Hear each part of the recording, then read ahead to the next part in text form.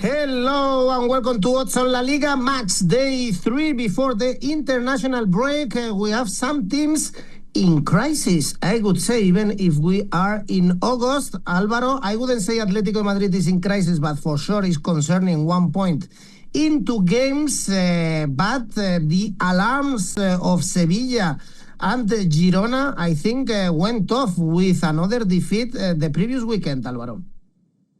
Yes, definitely.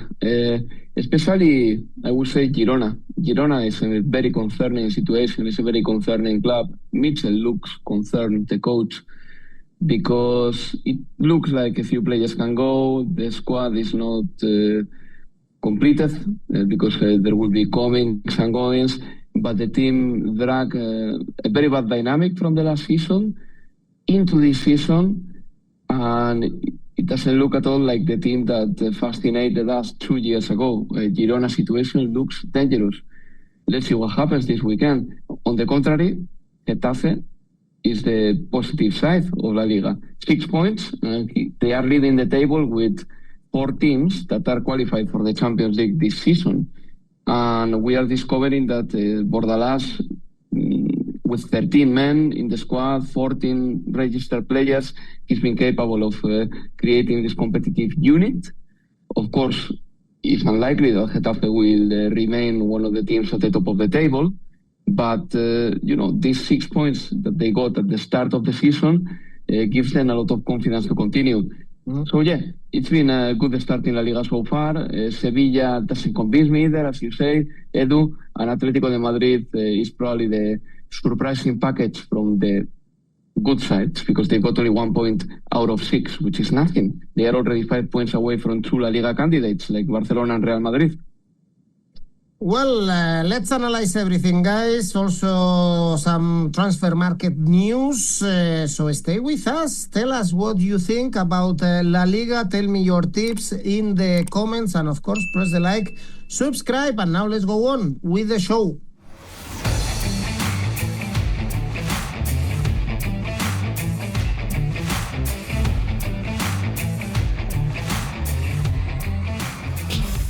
And we start on Friday with a derby, actually, in the area of Valencia. 2 newly promoted teams that surprised us in this start of the season.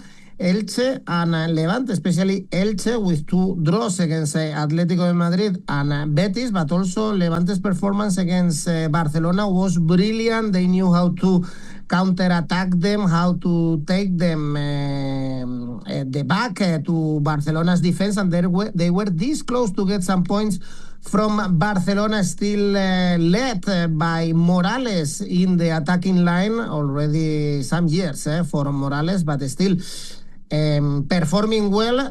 Levante 0 points, Álvaro. They lost both games in the last minute against Alavés. Was exactly the same.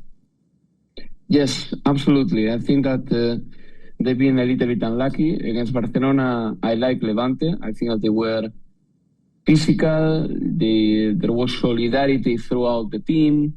I think that the left back, Manu Sánchez, defended Lamine Yamal very well when he was on the pitch, Manu Sánchez. Then, as you said, Morales scored 1 goal.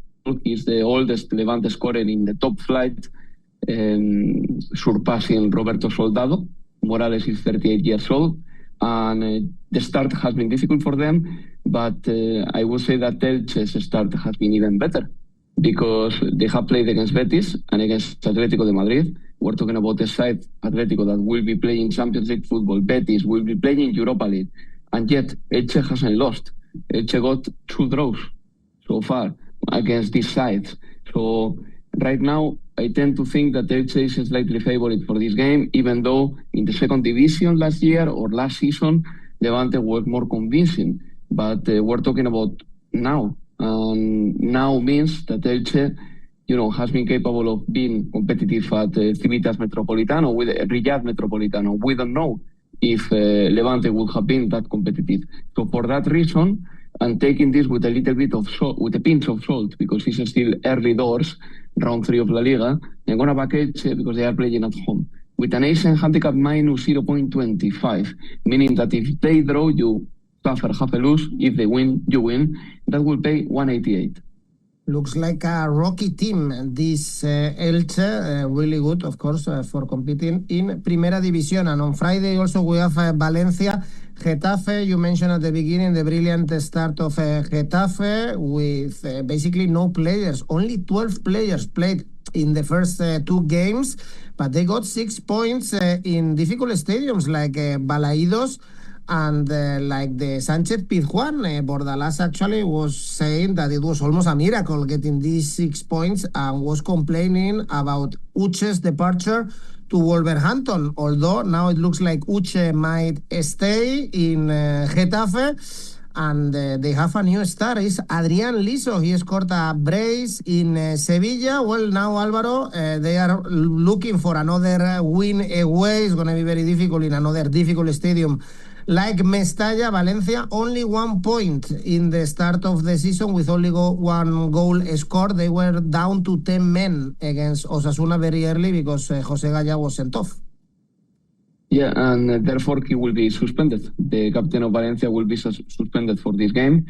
A different situation at Valencia than the one at the end of last season, because at the end of last season we were praising Valencia and we were saying that they were probably the surprising package of the second half of the competition, but they haven't started the season well. It's mandatory for Valencia to keep the dynamic, the rhythm of the end of last season. And this game against Getafe may be an opportunity to catch it again. But the situation is, as I said, slightly different. It's got a different vibe. For example, there is a player like 𝗍𝐿𝐴𝐻𝐿, former Brentford footballer, who is training on his own. He's out of the team's dynamic, and he had to send a statement saying that the rumors about his behavior in the locker room is false. This is right now a little bit the mood at Valencia. Hopefully, Carlos Corberán, the coach, will be able to isolate the players from all this and will be able to get Valencia to the level they had last season. But that is still to be seen. What we know is that Valencia has 1 point because they drew against Real Sociedad, which wasn't bad in round 1 of La Liga, whereas Getafe has 6. And they are leveled on point with the likes of Barcelona, Real Madrid, Atlético de Madrid, Athletic de Bilbao, all of them in Champions League this year. Getafe hasn't registered all their players, and the situation is difficult, as you say, because 𝗀𝐻𝐻 looked like he was going to depart, and Bordalás was totally against it. But in this situation, under these difficult circumstances, Getafe has gotten 2 victories, and they have found one of La Liga's top scorers so far. Of course, Adrián Liso, a boy who belonged to Zaragoza's academy, is not going to be the top scorer of La Liga at the end of the season, not at all. But it's great for them to find another player, especially because Borja Mayoral, is not delivering as he was 2 years ago. And also, let me remark one more player, or highlight one more player. It will be Luis Milla. He's got 2 assists. He is the top assister of La Liga altogether with Lamine Yamal, and he's been playing really good football. This is a footballer that always had the quality, and it's great to see him very, very well established in the team of Getafe, because I believe that he's going to be very important this season. Look, Getafe looks rocky to me. They've got very clear ideas. I think that they can get a draw here. So the biggest value here, and I'm going for value this time, would be a draw in this game. Maybe Valencia wouldn't be very, very upset with it. Of course, they would prefer to win. And Getafe is capable of getting something like this. Draw 3-2, this is a possibility that I envisage. It's a good one, even double chance for Getafe, perhaps 3 out of 3. Why not? We learned this week that 𝗍𝐿𝐴𝐻𝐿, Alvaro, is going to the 𝗂𝐻𝐿 split, and I don't know if you remember, but he was in the Spanish squad for the World Cup in Qatar, and only years later he is playing in the Croatian league. All due respect, but this with Luis Enrique's choices for the World Cup, a bit odd. And another Valencia player, by the way, we are going to talk about him later, Carlos Soler, going back to La Liga, going to Real Sociedad. But we will speak a little bit later about Real Sociedad, but it's surprising, no? This news of 𝗂𝗏𝗏 at the moment was really criticized, the choice of Luis Enrique.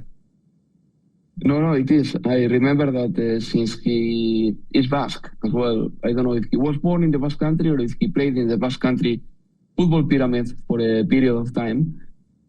He was also at some point a candidate to play for Athletic Bilbao, but I never find him a very convincing player. I think that he is small to be a center back, and on top of that, he is not very powerful. And then when he played as a holding midfielder, I think he was missing a lot of attributes that make a holding midfielder a good player. So, yeah, 𝗂𝗏𝗏 looks like a player from a little bit the past to me, but who knows? Maybe in Croatia he finds his best form again and he becomes a decent player.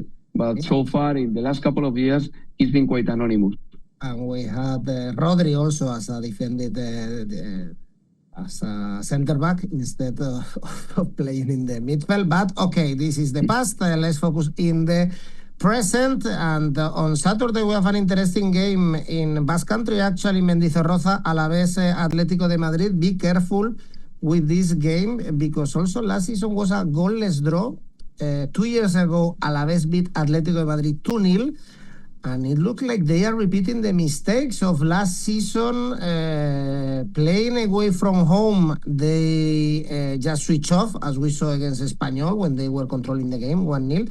And against Elche, Alvaro, they played good 10 minutes at the beginning of the game, decent 10 minutes at the end of the game, and in the middle, 70 minutes of desert with a big problem creating football. Perhaps the squad is not really balanced. Perhaps the players don't believe anymore in Simeone's speech. Could be, even if basically the whole squad has been changed in the last 2 years. But it's really concerning. Only 1 point in 2 weeks. And now, again, it's not easy to go to Vitoria. Alavés got 3 points in the first match day, beating Levante at home. They did. That happened in the last minute. But we know that Alavés historically is quite all right at their ground, Mendizorroza. And this season, they have played 1 game at home, 1 away. They have won the game in their home soil. They have lost their game on the road. This game is not easy for Atlético de Madrid. I still believe that they are the favorites. I still believe that at some point they will recover their identity and start playing better. The only thing is that for Atlético to recover their identity, they have to defend better. And they don't have any referential center-back, any center-back that you will say this is one of the best center-backs in the world. I like 𝗏𝗏𝗏𝗏 to a certain degree, but, perhaps that's not enough. And José María Jiménez, a player who is always injured, with the small injuries, 2 weeks injuries, 10 days injuries, 3 weeks injuries. He has spent most of his career like this. When he plays, he's all right, sometimes very good. But when he picks an injury, he picks many. That said, Jiménez is not ready for this game. Baena, apparently neither, one of the star signings of the season. That said, I don't understand why Simeone doesn't try Sorloth and Julián Álvarez together. Why they can't play together? It sounds to me that it's a good idea. Sorloth just holding the ball, winning the duels, winning the aerial duels, just flicking the ball for Julián Álvarez to run into space. This is something that works. And even if they don't have a great partnership together, both of them score a lot of goals individually on their own. I was checking the numbers. Sorloth has scored 25 goals since he arrived in Atlético de Madrid. 25 in 1 season. Julián Álvarez, 30. 55 goals between them in 1 season and 2 games. Why they cannot play together? This is something that I believe that Simeone will end up doing, because both seem to be the most prolific strikers in the squad, now that Antoine Griezmann especially is almost in the wrong side of the 30s. So for this game, look, this analysis wanted to put some pressure on Atlético de Madrid and praise Alavés for what they have done at home, beating Levante in round 1 of La Liga. But I do believe that maybe this is the moment for Atletico to turn the page. The win for Atletico de Madrid, 183, it's all right. The value is there. I could take it. But if you really want to make value, and this is not particularly for me because it's away, but if you really want to make value, a win 2-0 for Atletico de Madrid pays 290, and normally Atletico de Madrid comes out of the crisis with a scrappy win, so consider this. But otherwise, for me, it will be a win for Atletico de Madrid, 183. A lot of pressure on Atlético de Madrid already in August if they don't win this game. I have to say, Alvaro, I don't like when you say the wrong side of the 30s. Talking about Christmas. Maybe because I am almost in the wrong side of another decade, and I don't have mercy with you guys anymore. I don't like it. In the really wrong side of the 30s and looking older, I must say, is Santi Cazorla. Santi Cazorla and Solomon Rondon. I thought you were going to say me. Both look really old to me when we saw them against Real Madrid. I'm talking about Oviedo, Real Sociedad. We saw football in Primera División back in the Carlos Tartiere last weekend. Great atmosphere to host Real Madrid, but they lost. They haven't scored a goal in the first two games, but perhaps it was very difficult, of course, the schedule against Villarreal away, against Real Madrid at home. Now they have the opportunity to get some points because they are hosting Real Sociedad, a team also with no wins, but entertaining. So far, Alvaro drew with Valencia 1-1, drew with Espanyol 2-2 when they were 2-0 down and looked doomed. So many doubts with Real Sociedad, and again, I like the signing of Carlos Soler. He's a player that I used to like, and I think it's good to see him back in La Liga, especially after a bad summer for La Liga, because again, the competition is losing a lot of quality. It's been tragic, because we know that La Liga has these salary caps, then you can't spend more than you generate, therefore it's difficult to invest and to get a little bit of a depth in order to grow, which is something that I still believe that 𝗂𝗲𝗏𝗀𝗏 should consider strongly. Let the teams carry a little bit of depth in order for them to grow, to attract better players, and therefore to make La Liga more appealing and to increase the TV rights value. But, we've been 6 summers like this, 5 summers like this. For how long? For how long can the austerity go on? For how long can you lose good players, good assets throughout La Liga? For how long? For how long is this going to happen? But anyway, Carlos Soler, I think that he won't or wouldn't return to Real Sociedad as a signing, but as a loan, because he still belongs to Paris Saint-Germain, a team that maybe should have never gone to, because, sometimes you need to play. You need to play a lot of football. It's totally understandable that Carlos Soler thought that he had the level to become important at Paris Saint-Germain. Every player has the right to be ambitious, but Carlos Soler has lost his place in the Spanish national side, and I don't think that he will be in the lineup again, especially if Fabián and Pedri are showing this level. But anyway, if he is back in La Liga, great for La Liga, that's for sure. And Real Sociedad really needs a midfielder after having lost Zubimendi and Mikel Merino in back-to-back summers. I think that the start of Real Sociedad has been okay. Oviedo, has suffered a reality shock coming into La Liga. They haven't scored a single goal. The other day against Real Madrid, they ended up losing 3-0. And the closer they went, or the closest they were to at least being in a game this season was, I remember, against Villarreal, when Solomon Rondon had the possibility of converting a goal from the penalty spot, and he didn't.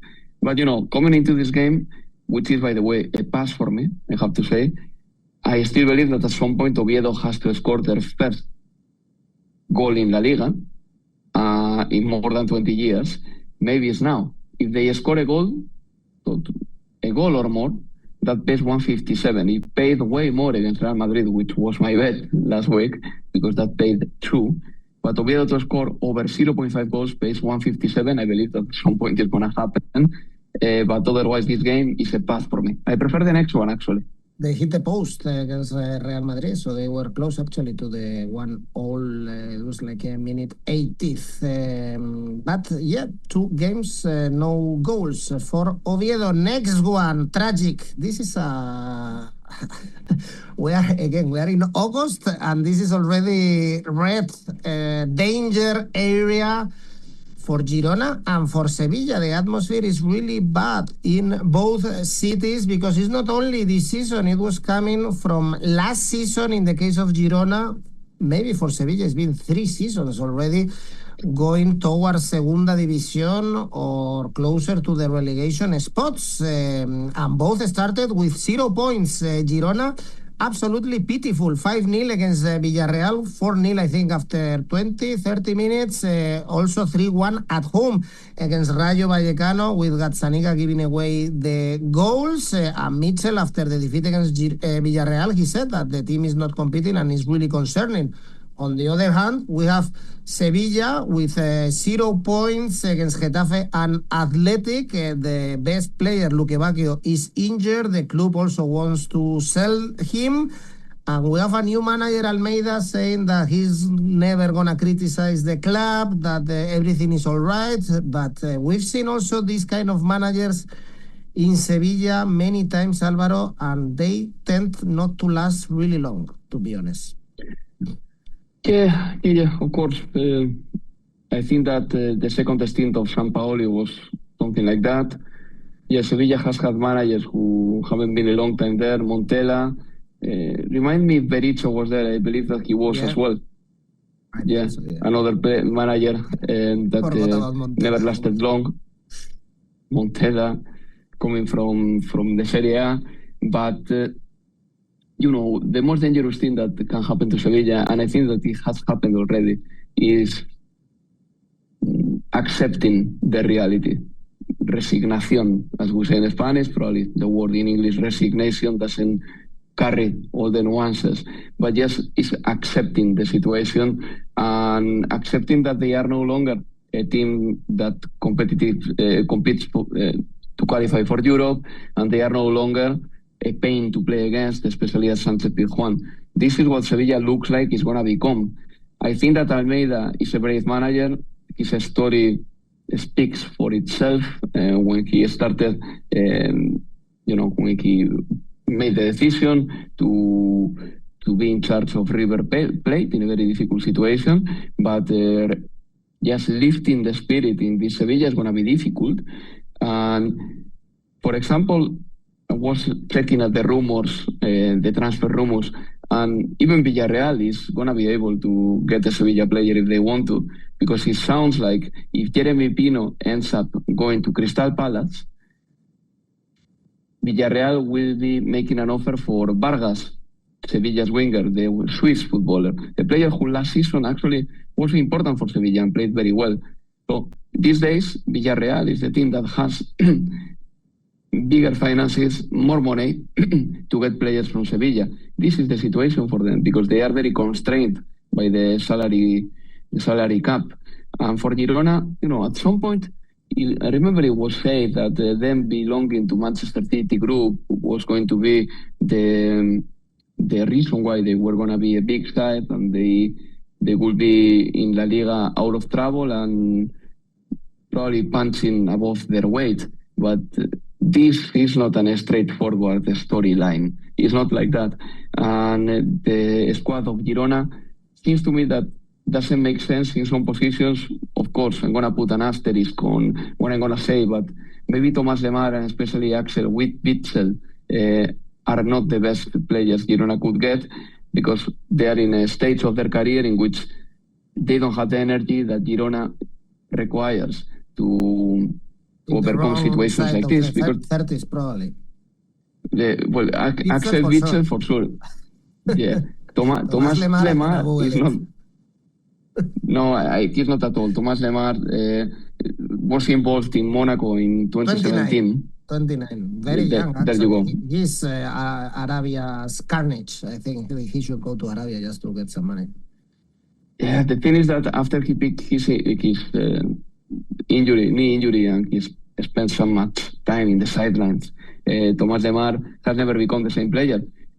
But Girona's situation is worse. In my opinion, right now, Girona's situation is worse because they have conceded 8 goals. They've got clearly a hole in the center of the defense. And the goalkeeper Gatzzaniga, I believe that he's coming this week. He's right now not a guarantee. And the second choice goalkeeper last weekend against Villarreal was a bit of a disaster. I'm talking about 𝗵𝗵𝗀𝗀. You know, you need to have a decent defense, especially if you don't score many goals, because I remember that Girona, when they were good 2 seasons ago, they weren't defensively very up, but at least they scored a lot of goals. But right now they have lost that firepower with Dobbik leaving, and it's not the same anymore. So for this game, after having said all this, I'm gonna go for over 2.25 goals, because I think that both defenses are bad, and because Sevilla, at the end of the day, they are still scoring goals. So over 2.25 goals, 181 will be the one. Otherwise, if I have to commit to any team here, any side, I will go for a draw no bet for Sevilla, which pays 210. Because Girona looks to me very bad, and the nature of the goals they are conceding is very concerning.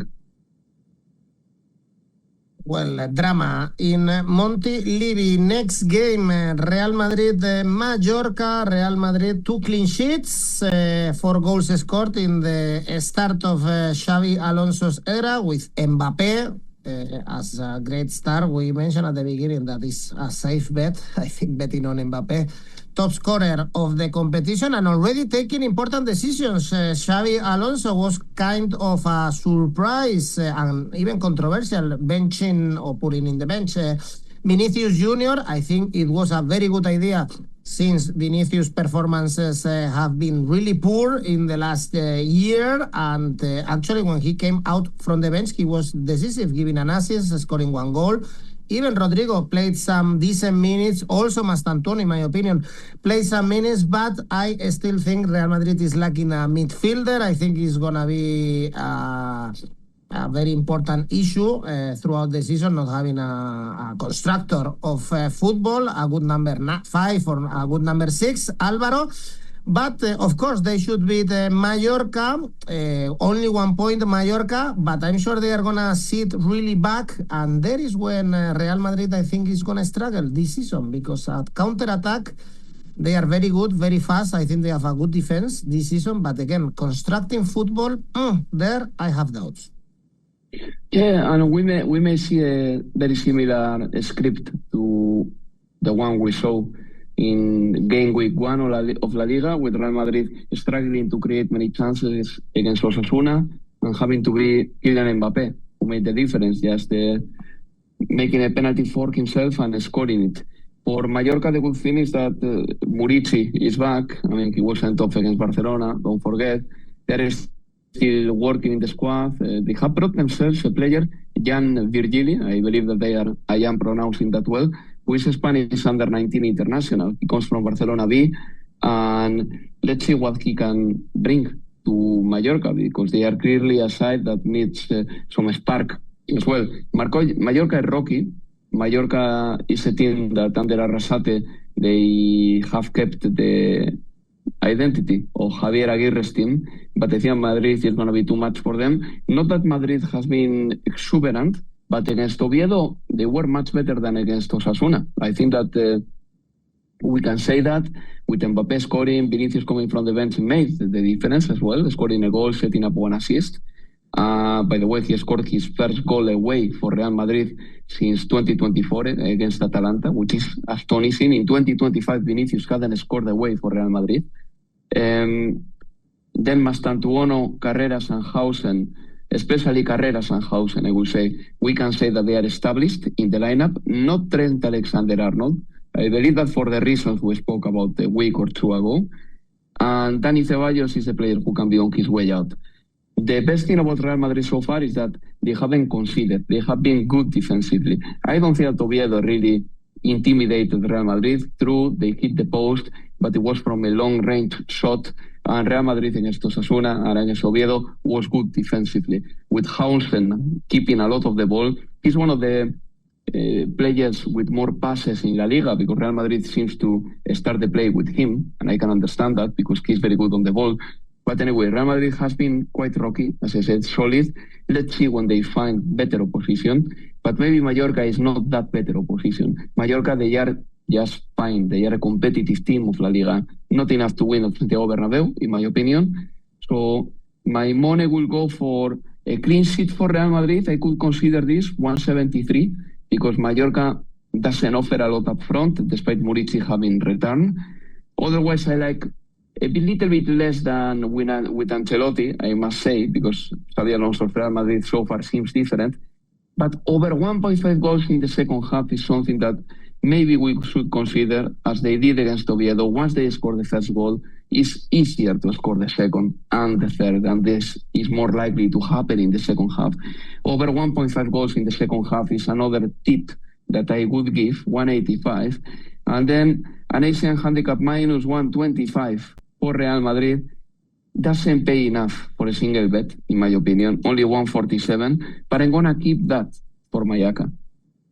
It's important for Real Madrid to keep winning and gain some confidence, give the team some rest now with the international break, since their holidays were really short and their schedule has been easy. Next one is a little bit more difficult, but still doable in Anoeta, in San Sebastián.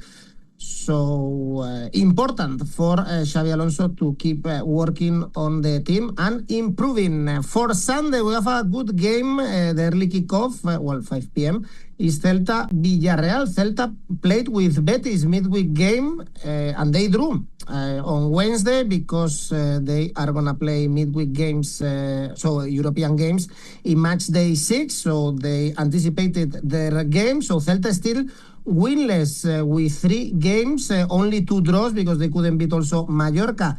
Away, slow start, especially because they have a good squad and they are playing Europe. Be careful because these dragged energies. The opposite for Villarreal, top of the table, brilliant so far, scoring plenty of goals, especially against Girona, also against Oviedo, reinforcing the team. It looks very good, this Villarreal, also playing in the Champions League, remember?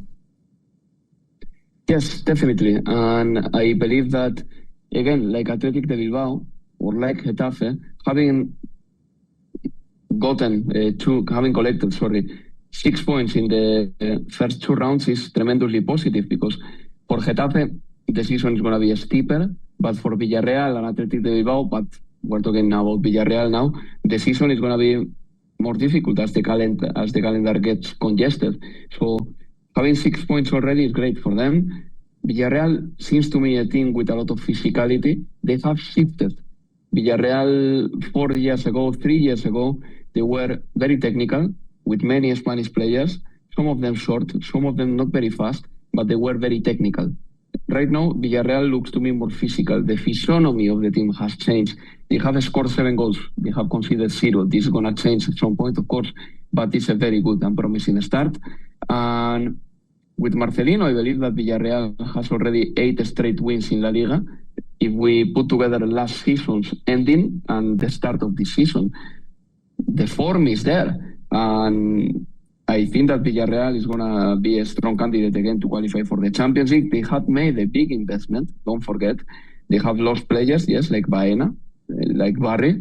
They may lose 𝗀𝗏𝗏𝗏𝗏, Pino, but they are bringing in players. Maybe Vargas from Sevilla may be the last addition if 𝗀𝗏𝗏𝗏𝗏 Pino leaves. And they've got the top scorer of La Liga as well, Tajon Buchanan. I think this is just circumstantial. Buchanan got his first hat-trick, the first hat-trick of La Liga season was for him. But we're checking his numbers, and Tajon Buchanan in European football, has never scored more than 3 goals in all competitions in one season. So this is highly coincidental, I believe. Tajon Buchanan's form is going to be important for Villarreal. I like the player. He was very good at Bruce, especially. But I guess that maybe Simone Pepe will be the player that... Nicolas Pepe, will be the player that will score more goals for Villarreal this season. He's playing really well. He is showing the form that made Arsenal sign him, and he looks like a bullet. He looks like an absolute bullet. I like Villarreal so far. But Celta, on the other hand, that Balaídos last season, they were good and they were definitely entertaining. And since both teams are more about attacking than about defending, I have to say, even though Villarreal has conceded 0, but we know Marcelino's style and he keeps the balance. I'm going to go for over 2.5 goals, 171. And if you wonder how much is it for one of La Liga's top scorer to score, Buchanan to score pays a lot, 5.0. But please, don't get fooled by La Liga's scorers table, because as I said before, Tajon Buchanan is not a scorer.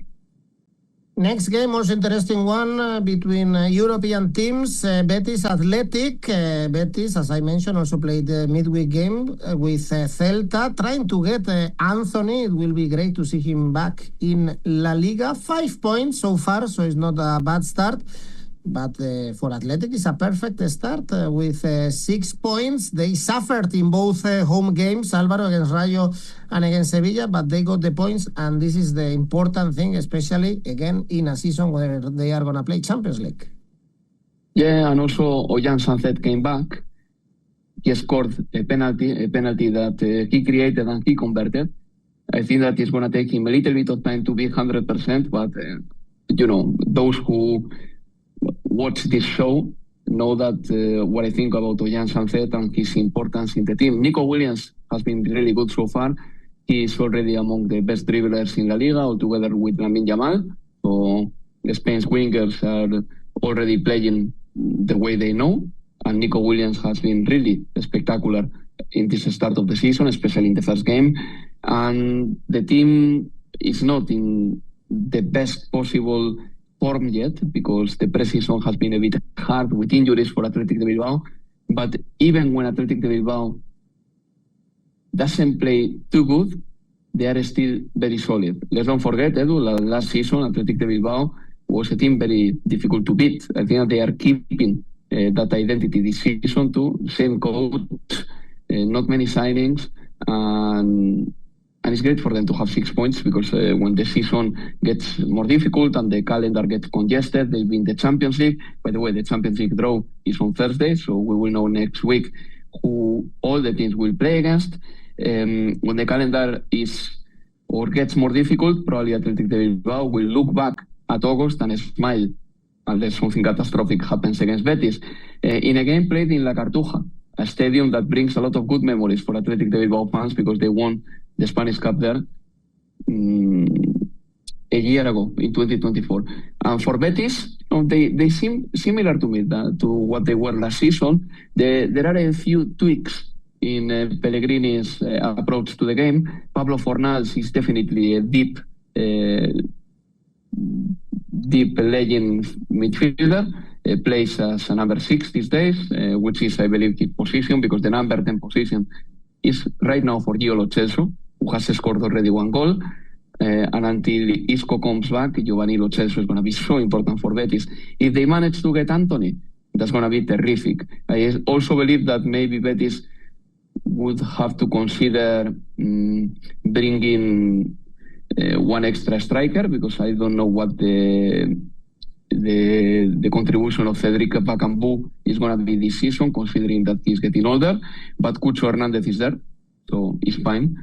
But yeah, if Betis could bring Anthony, it could be great, because last season Anthony, 𝐿o 𝐶ELSO, Isco, Fornals to a lesser extent, with Nathan and Bartra at the back, they made Betis a very good side. So I think Betis is going to be good, Athletic de Bilbao as well, but I believe that Athletic is slightly better than Betis still.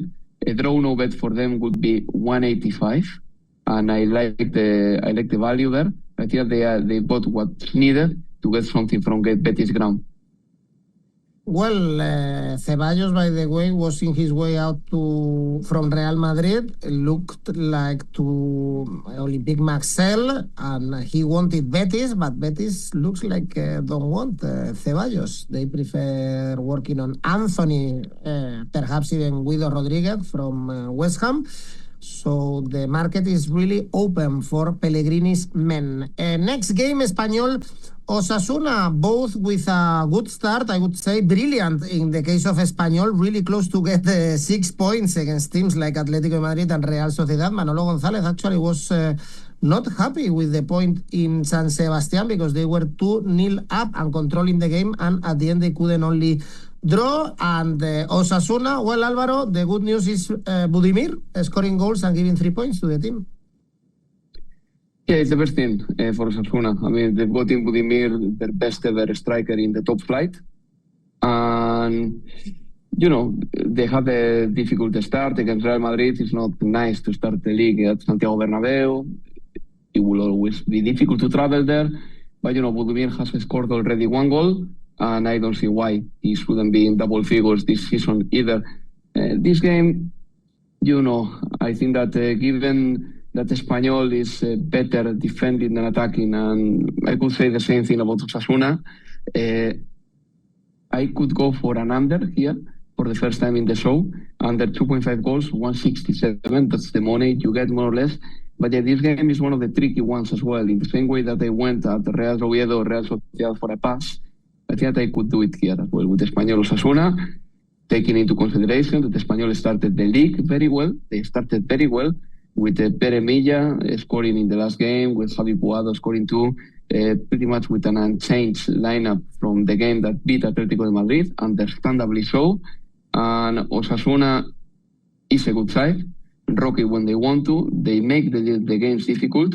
And on top of that, they are playing with loads of midfielders, some of them even up front, like 𝗵𝗻𝗻𝗄𝗏, who is a midfielder in disguise playing up front. So this could be an under 167, but otherwise it's a pass for me. I wouldn't lose too much time in this game because Espanyol has been terrific so far, 4 points, but Osasuna is the kind of team that makes you suddenly look ugly.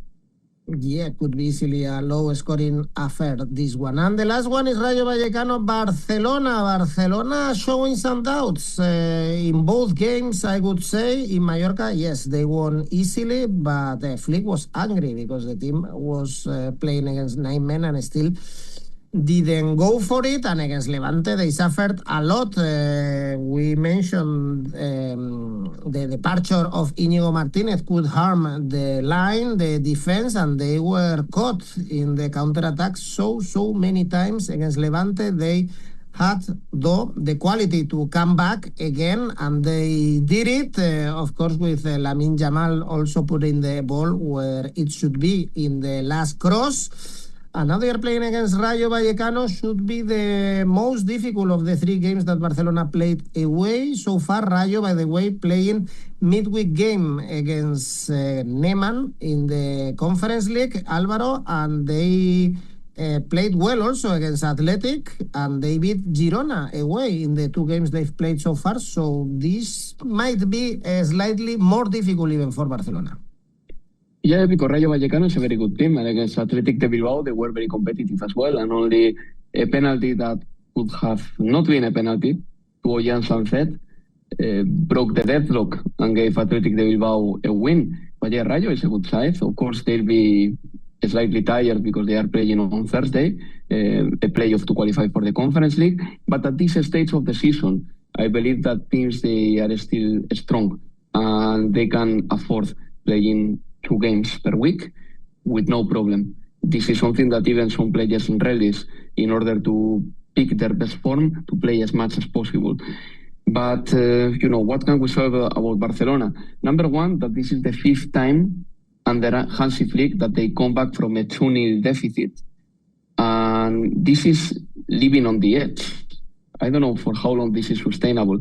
They are scoring a lot of goals, yes, but they are conceding goals like they did last week. They didn't concede against Mallorca, but that game is clearly affected by the 2 sending-offs that Mallorca had. But Íñigo Martínez's departure, I still believe that is bad news for Barcelona. In fact, I'm going to say something. I think that despite the signings, Joan Garcia and Marcus Rashford, Barcelona's squad is worse than last season's, plain and simply because Íñigo Martínez left. And he was the only one with Pau Cubarsí who understood perfectly how the high line of Hansi Flick works. Araujo doesn't have a clue. Christensen hasn't played enough there for me to have a judgment, but I think that Christensen should be playing or starting. And Eric Garcia these days looks more like a holding midfielder or a replacement for 𝗀𝗏𝗋𝗀𝗋 in the right back. Let's see how it goes. I still believe that Barcelona has better players. Lamine Yamal already has recorded 2 assists. He has done 15 dribbles, which is the most in La Liga, and he has produced 5 shots, which is the joint most in La Liga. In fact, when the odds are available, Lamine Yamal to shoot more than twice, for example, not on target necessarily, but shoot more than twice, maybe 3 or 4 times, I'm sure that it pays decently. And it's something that it may happen because Lamine is trying to score a lot this season. Let's see how it goes. The grass is going to be in really bad conditions, apparently, or the pitch, because you know what happens at Rayo Vallecano, that the players complained about the training ground. They said that the quality of the pitch wasn't good. They started training at their stadium, and the grass right now doesn't seem to be too good either. But anyway, this is a talking point, maybe more for a previous manager of Barcelona than for Hansi Flick, which he won't use this as an excuse, you know. So I'm going to go for the following. Amid the interest of Chelsea for Fermin, which is something that maybe we can talk about when he departs, if he does, I think that this game is going to be an over, because Barcelona scores a lot of goals and Rayo Vallecano attacks. Over 3 goals, 167. Looks like that we are going to see plenty of goals, and still they have to play a game on Thursday, so perhaps the grass is even worse against a Belarusian team in the Conference League. Well, Alvaro, guys, remember that we have our tipster competitions going on, so it's for free to participate. You just have to sign up in the Oddspedia website and play, for instance, with Alvaro's tips. And remember that we have rivals for you where you can create your own tipster competitions. We've been changing the web, in my opinion, improving it. So just play around, and we have so many stats, so many insights in every game.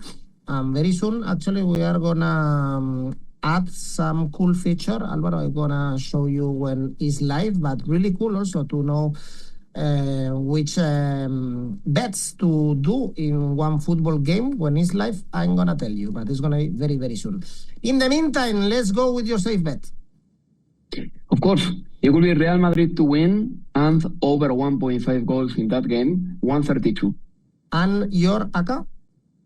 It will be Asian handicap minus 1.25 for Real Madrid, Rayo Vallecano, Barcelona, over 3 goals. Altogether, 245. Thank you, Alvaro. Thank you, guys. See you in a couple of weeks with La Liga. Bye-bye.